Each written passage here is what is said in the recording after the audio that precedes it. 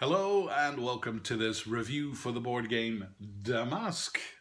If you'd like to know how everything looks and how the game is played, check out one of my other videos.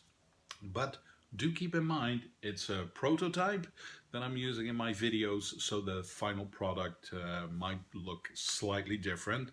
I already know that there's a wheel with a dial in it that's going to be changed to a bit more, something more practical to work with.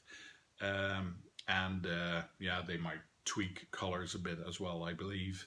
But I already thought the prototype looked very nice. Damask is going to be on the crowdfunding website GameFound, so gamefound.com, and it's going to launch on April 27th, 2022. You can already follow the whole process. They've got the page up already. I'll put a link in the description for that. If you made a New Year's resolution to be more picky on what you spend your money on crowdfunding websites, Damask is the one. That's quite an easy decision for me. They sent me, the publisher sent me the rules and asking if I was interested in making videos of it. It was very clear very quickly that this is a winner. This is the one. So don't play hard to get, go for Damask. It's designed by Barbara Burfoot, and I believe this is her debut. This is the first game. When I look on Board Game Geek, I can't find anything else except Damask, unless I made a mistake. So yeah, this is a very good debut as a board game designer, and curious to see if something else is going to come in the future. But for now, Damask, I can't say much about the components because, as I said, it's a prototype, so things are going to change anyway. But I was impressed with the quality of the prototype, especially the cards. They were good. They're nice and big and slightly coarse, which makes them easier to hold instead of those glossy, slippery things. So the game itself, first off, it's an abstract game. Often, personally, I think with abstract games, when they come up with a little story behind it, the theme, I think, well, that's nice. It's a nice little extra detail to give it some background, but to be honest, it could be anything. With Damask, I thought, yeah, this fits. This is what it is. It's that's what it's about. It's about the fabric, the Damask fabric, iconic look. You make it, you produce it, and you sell it. That is what it is. But it just fits.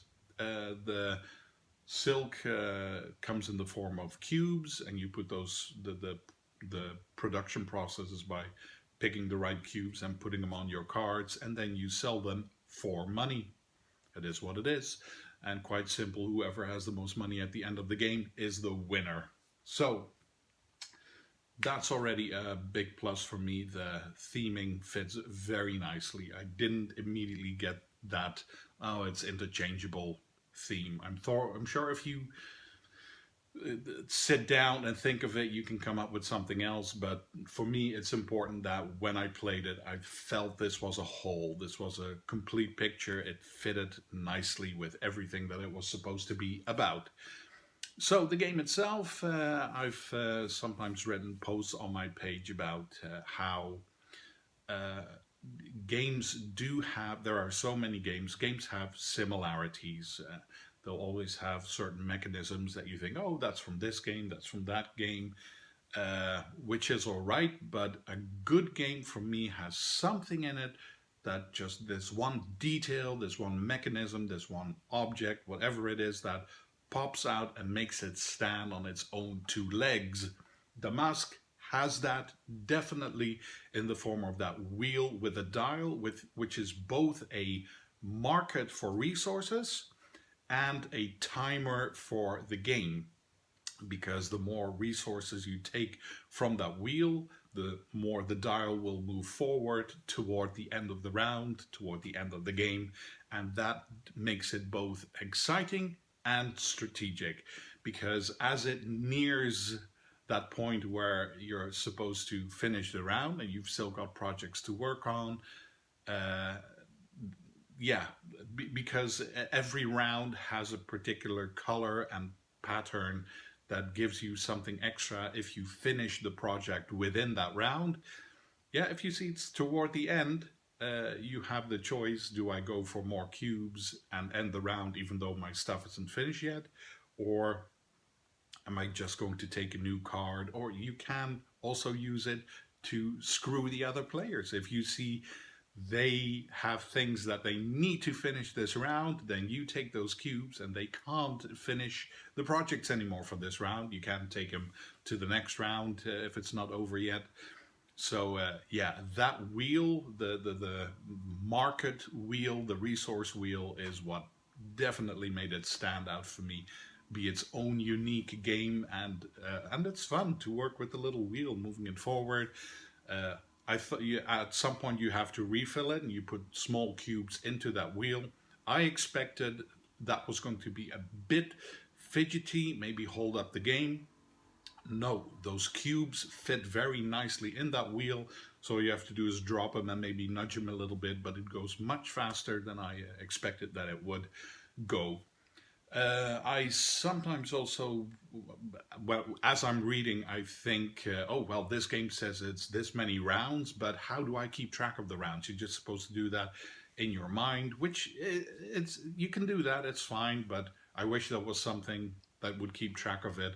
And then I read a little further and I came to the fashion board, which is that thing that I told you about, which is something that for a specific round gives you an extra bonus if you finish a product with a certain color or pattern on it.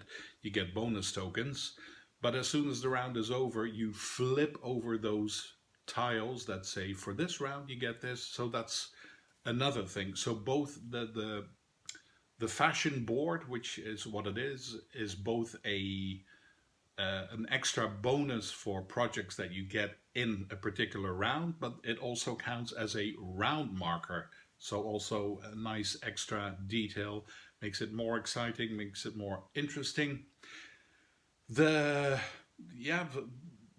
I've played it a few times, and both times the scores were very close. So I could see the game is, to me, it seems very balanced. It seems like it's been tested to death. So yeah, good job. What else is there to say about it? The scoring process at the end, bonus points, nothing elaborate, everything makes sense. You get bonus points if you have all the colors. You get bonus money if you have all the patterns. That's it. Yeah, keep it simple, keep it straightforward. So yeah, if you're a fan of abstract games, keep an eye out for Damask. Go to GameFound and maybe help become this reality. Although personally, well, of course, they're going to need your support. I don't want to be an Icarus flying too close to the sun, but I think it's safe to say Damask is going to be funded just fine, because it's so it looks nice, it plays nice. What more do you want? The theme fits nicely. It has its own original, the one thing that makes it stand out from the rest. So yeah, that's it. Again, I'll put the link for GameFound in the video description so you can follow the product, and I'll be here hoping I don't need to send my review copy to another publisher, so to another reviewer, so I can keep it, but I will send it if they ask me. So yeah, I hope I get to hold on to this copy. Anyway, thank you for watching. Feel free to leave a comment, and hope to see you for the next one.